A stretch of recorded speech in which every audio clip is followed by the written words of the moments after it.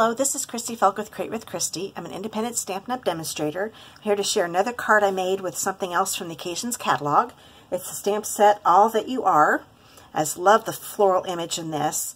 And what I've done, this is kind of the stained glass technique. I don't know if you've heard of that or not, but I've embossed the image on the vellum with white and then colored on the back side. So I'll show you how to do that. And I use Stampin Blends, and it's might be a little hard to tell in the video, but I've got a little darker shading here at the bottom and lighter up here on the petals, like I normally do with my blends, but you have to do it a little differently when you're working with the vellum. So I'll show you how to do that too. You don't just start blending like you normally would on cardstock. So, and I love that Highland Heather color and the Granny Apple together. I think those two colors go so well together. So that's the color scheme. It's the Highland Heather and the Granny Apple Green. Two new colors this year. Okay, and the designer paper I used is a celebration set. It's called Botanical Butterfly, and you can get this pack free with a $50 order before shipping and tax. So that's one of the celebration items you can pick out. It's a beautiful set of paper, by the way. Okay, and a lot of them have butterflies. If you look on the other side, I could have done that side, but I wanted to stick with the purple. But there's some of the butterflies of the black and white, and I could even go in and color those if I wanted those to be colors. So it's a really nice set of paper. Okay, we'll go ahead and get started. First off, I'll show you the stamp set, All That You Are. It also coordinates with the die set that was in the holiday catalog for the, I forget what the stamp set was called. Oh, First Frost. I can't remember the name of the die set, but that die set will cut out some of these flowers in here. So it's a very good deal. So if you bought that bundle last time with the holiday catalog, you'll want to get this stamp set. But this image is just so pretty. And then I'm using the Flowers Bloom All For You stamp. Okay, we'll go ahead and get started. I'm going to use the Stamparatus to do the coloring. To do the stamping, I'm sorry. Since I'm using, these are cling, this is a cling set, so it's the red rubber, so I don't need any of the pads. So that's why those are in here. I'm going to bring my piece of vellum out, put it here in the corner, and I put the magnet, I'm going to just put here down at the bottom corner, but that should hold it in place for me. And I'm going to lay this where I want it. The reason I'm using the vellum, it kind of helps placing it on the vellum. It also, move the magnet over a little bit. Sometimes, I don't know if you've ever stamped on vellum before, it will kind of move on you, and you want to be able to just have it go straight down and straight up, so that way it doesn't smear. Now, one thing I did forget to do before we put the stamp on, I'm going to use my embossing buddy, and that dries the vellum and takes any moisture out of it, so I don't have any of the embossing powder sticking places I don't want it. I just want it to stick on the stamped image. So now we'll go ahead and do this again. That magnet works very well when the foam's not on it, so you have to be careful with that. And just to tell you a little trick, this is washi tape, and I use 3 strips that make it extra thick, and that helps make it so you can pick this up. It's really hard to pick up unless you do that. It's nice to have those little handles. So back to the stamping. Go ahead and put this on here. That looks pretty good. I'm going to pick it up. Like I said too, I'm wanting to do it so I don't jiggle when I stamp it, because the vellum is a little slippier than cardstock. Now I'm using Versamark to ink that up real well. Okay. And this way I just put it down. It's not going to slip. Make sure I put pressure on the whole stamp. Lift it up. And it's all ready to be embossed. So go ahead and get that out of here. I'll bring this back here in a little bit. It's a little hard to tell without the white behind it. I think what I'll do, I'll grab this piece of grid paper so you can see it a little better. You might be able to see a little bit better than up against that wood background. I'm going to bring this in here. I tend to dump all my embossing powders into a little, one of those Glad storage things you have for your food. It just works out very well. It's big enough. You can use your spoon. You don't have to worry about it getting all over your work area. It just goes right back inside. And I'm going to kind of flip it a little bit to make sure I don't have any sticking where I don't want it. So now you can see the image a lot better now that the powder's on it. You might actually see it better. So go ahead and take that off. Now that it's covered, I'm going to bring in my heat tool. And you don't want it real close because sometimes it can scorch the vellum. So you just keep it in one spot and up a little bit until you see it start to melt. And now you can see that top center one starting to melt. So now I'm going to start moving it because now it's heated up. And just slowly move it around until everything's shiny and bright white. Okay, now you see how bright white that is. Now, once it's all bright, you know you've got it done.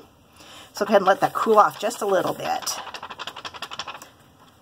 And it cools off pretty fast. Okay, now what I'm going to do, I'm going to turn this over because it is a lot easier to color when you don't have to worry about the embossing. And it does look, now that I've moved it in the light a little bit, it didn't get that flower quite done. So let's go ahead and do that a little more. Sometimes if the lighting's not right, it's really hard to tell.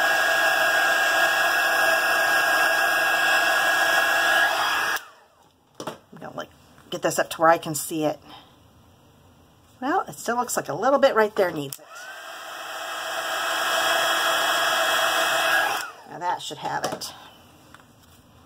Perfect. Oh yeah, that looks a lot better. Now you can tell how shiny it is. Cool it off again. Now I'm going to bring in, I'm going to turn it upside down, bring in my blends. This is, can't talk today, getting tongue-tied. This is the dark Highland Heather. I'm going to start with it. I'm going to use the brush tip. I'm going to go ahead and just do one, well, I'll go ahead and do all the petals, but I'm just going to do here on the base of them because I want the darker to be there, and I'm also making it jagged along the top because I don't want it to just look like you don't like straight lines. So you just keep doing that until you get all of the places that you want to be the darker purple. And you can see I am kind of coloring over where the embossing's at. It doesn't matter because it's not going to show because it's on the opposite side. And I want these to be a little darker too, so I'm going to go over those little things there, and then I'm going to do the same thing up here. Just do the base. Just make sure I've got it colored in, and like I said, it's okay to go over where the embossing is at. Okay, that looks pretty good. Now, I don't want to just color over all of the dark like I normally do. Normally when I want to blend it, I will color over the dark with the light. But then it ends, with this being vellum, it doesn't soak in quite as well. So you're going to just mix the color and it's all going to be one color. It's not going to have the shading in it. So what I'm going to do, I'm going to color above it with the light. But I am going to color over the top of the dark to blend it a little bit. But that will make it so you still see some of the dark and see the contrast. So make sure you color in the top part with the light and then just kind of pull in the dark just a little bit where they meet. And then if you want it a little darker in places, you can go back over it again and it'll darken it some. Now do these little ones. I'm going to go ahead and do, actually I think I'm going to do the dark on the little flowers. Like I said, it's okay if you get out of the lines because it's all going to be hidden behind the embossing on the other side. That's another good reason to color over here, because the one thing with the Stampin' Blends, they will dye the embossing. It's not like our regular markers where you can go and wipe it off again. It actually dyes the embossing. So that's why you want to color on the other side also. And I'll go ahead and fill those in with the purple too up here. It doesn't show up a lot, but just enough. You want a little bit of color there. Okay, now that's done. Now I'm going to do the same thing with the green. I'm going to go wherever I want some of the dark. So this is the dark Granny Apple. And I'm going to go along all the lines in the leaves. And make sure you get outside of the embossing and not just color along the embossing, because then it won't show up on the other side. So I'm going to make it a little wider. And I'm going to do the same thing with these little ones. And then I also decided that I'm going to do the stems with the darker too. So go ahead and just color these in. Because normally when you look at flowers, the stem is a little darker than the leaves. And whenever I do something that's really narrow, I just use a very light touch. That way the point is the only thing that's touching. You're not squishing the point down. Okay, so there's all the dark done. And now I'm going to come in with the light and color in the rest of it and just along the edges of the dark parts so that shading will stay. And that doesn't just mix it together. Okay, it looks pretty good. Now we'll turn it over. And you'll see how pretty that is. So you can see the shading, just a very subtle shading with that. So I love how that turns out. It's so pretty. It's such a soft look. And then when we put it behind the designer paper, it actually darkens it up a little bit. Isn't that neat? So it's not quite as light as that's almost too light. Then you put it in front of there, it's just perfect. So we'll go ahead and grab the cardstock here. This is an 8.5 by 5.5 piece of the Highland Heather. I'm going to fold it in half and use my bone folder. Get that nice crease in there. Then this is a 4 by 5.25 inch piece of the Botanical Butterfly. I'm going to go ahead and put my adhesive on here along the edges and the corners. Put that in the center. And then I wanted this to be raised up.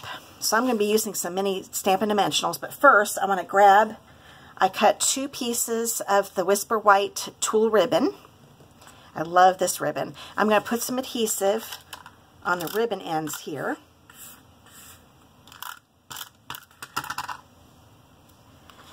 And then the trick with this, you're going to wrap it around, but you want to make sure that this end definitely gets hidden behind the other side of the ribbon. You don't want this sticking up here, because then you're going to see it. And I don't think I got any adhesive. So what I'm going to do, since the adhesive's not sticking right there, I'm going to put a little bit here on the vellum. And that ribbon will hide it. So there we go. Perfect. And then I'm going to take, well, this I will tie on later. Now I'm going to take my mini dimensionals. Get a hold of these here. And since I know the label is going to be down here, I'm going to put some of the dimensionals here because I just want enough to raise it up a little bit, but also enough to make sure it stays stuck on too. So that's probably about right because I know the label will be going there. And then these little bitty flowers, because there's so much embossing, you really can't see through it. So I'm only going to do it on a couple of these. Like here's a little one here. Make it so it doesn't show. And actually that's probably all I need. So that'll go on just fine. So go ahead and take these off. I know that's not that many dimensionals, but it'll stay stuck. And I wanted it raised up a little bit because of this pattern here. I just want a subtle look of the pattern behind the vellum. If it's right up against it, it's a little too much. So just kind of center that on. And see, it's still raised up enough. And now I'm going to take a piece of Whisper White. This is a 3 by 2 inch piece. I wanted to have it a little extra long so I can hold on to something with the punch. So now I'm going to grab my Stamparatus again. I'm going to flip this plate over. Oops, there we go. Put this in the corner. And I'm going to put the greeting as far over to the right. Well, farther over, not as far, because we need to have a little room for the punch. But it's just going to be over a little bit. Because I want to have enough to hold on to with the punch. It doesn't have to be on there perfect, because we're going to be punching it out. But you don't want it right up against, because there is a little bit of label right over here. You don't want to cut that off. Or have a flat spot, I mean, with the punch. So ink that up with the Highland Heather. Stamp it down. Looks good. Don't have to do it again. And that's a nice thing. If it hadn't looked good, I could ink that up again and it's still in the exact same spot and it'll stamp with no problems. Okay, now bring the pretty label punch in. Now, because I've got a little more room to hold on to, now I can hold on to this and move it right where I want it. I think that's good. Yep, that looks pretty good. And you see why I didn't want to go all the way to the right, because we've got some of the white space that we need there. Pop that off. And I'm just going to use snail on the back of this since the vellum's already popped up. I don't want to pop things up too much because then it won't go in the envelope. And I'm going to put this over so it's hanging over the side of the vellum a little bit. And you want to make sure that you're covering up those dimensionals that you put in there. Those are all covered up. Now I've still got a little bit of ribbon left here. You want to make sure you do have a little ribbon showing. Then you thread the other piece in. There we go. Oops, it's getting caught. That's one thing. I love this ribbon, but sometimes the dots like to get stuck together. I'm going to make my little knot here. If I get a hold of that piece. There we go. Play around with it a little bit. And then I'm going to trim the ends just a little bit. And always trim them at an angle. And that's it. That ribbon just makes it a little more special. So that's it. See, it's not a very hard card at all, and I love that look. I love the stained glass technique. It looks so pretty, and it looks pretty with the paper behind it. So I hope you enjoyed today's card, and if you'd like to know whenever I post videos, please subscribe to my YouTube channel below. You can shop with me and buy Stampin' Up! Products at my blog, www.createwithchristy.com, and click Shop Now.